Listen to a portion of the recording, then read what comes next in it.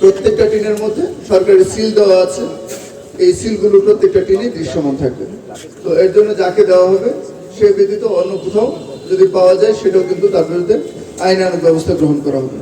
সরকারি টিন, সরকারি সম্পদ, আপনারা জানেন সরকারি কিছু বিষয় আছে, সরকার খুব বেশি হুঁশিয়ারি। তো এই বিষয়গুলোতেও ইনশাল্লাহ আমরা যদি সঠিক উপকার ভূমিকা দিতে পারি, আশা করি যে এই টিন বাইরে যাওয়ার কোনো সুযোগ নেই।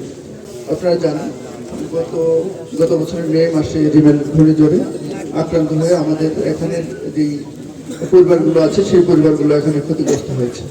এরপর ক্ষতিগ্রস্ত পরিবারের অনুকূলে আমরা ঢেউটিন বিতরণের জন্য আমরা ঢেউটিন বরাদ্দ পাই।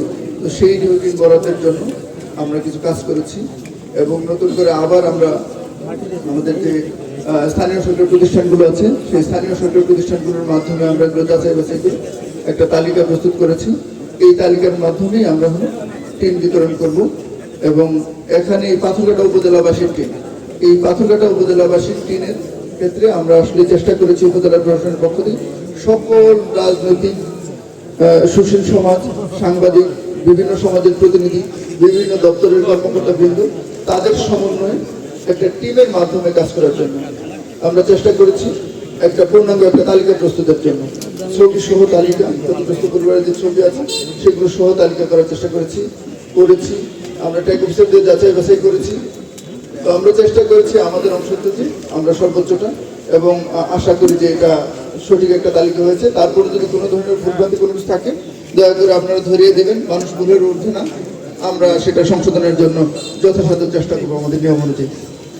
তো এটা হলো আমাদের একদিকে হলো যারা ক্ষতিগ্রস্ত হয়েছেন তাদের মাঝে আমরা যেটা বিতরণ করবো 1420 বান ঢেউটিন, এর মধ্যে 1420 বানই আমরা বিতরণ করবো এবং প্রত্যেক পরিবার মেরামত খরচের জন্য অর্থাৎ টিন লাগানোর জন্য এটাতে আমরা আরো 5000 টাকা করে দেবো। এটা হলো চেকের মাধ্যমে আমরা দেবো।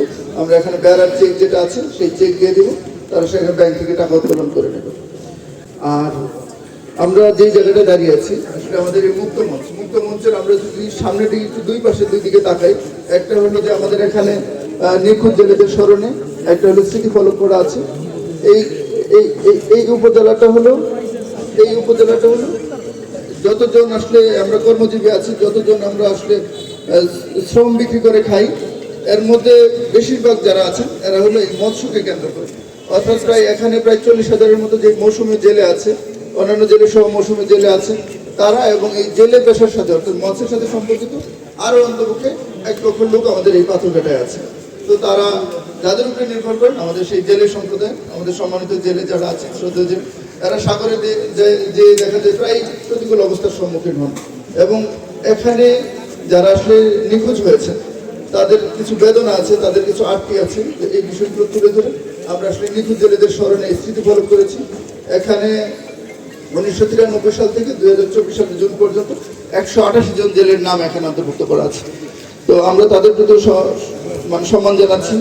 আর আমার ডান পাশে যেটা আছে এটা হলো ঘূর্ণিঝড় সিডর। এই ঘূর্ণিঝড় সিডর এই এলাকায় যে ধ্বংসযজ্ঞ চালিয়েছে এটা আসলে নতুন করে বলার কিছু না। আপনারা আশেপাশের যতগুলো উপজেলা আছে এর মধ্যে যদি আমাদের এই পরিসংখ্যানটা দেখেন, আমাদের সিডরে এই উপজেলায় সবচেয়ে বেশি নিহত হয়েছে। শুধু যারা নিহত হয়েছে, যাদেরকে কবর দেওয়া হয়েছে, এরকম 249 জনের তালিকা আমাদের এই স্মৃতি ফলকে সংরক্ষিত আছে। আর ওই সমসাময়িক সময় যদি দেখি যে নিখোঁজ কতজন হয়েছে, ওই সিডরের সময় যারা নদীতে ছিল এরকম মাছ ধরার সময় আমাদের 91 জন জেলে নিখোঁজ আছে। তো এই যে বিষয়গুলো আমরা হলো এই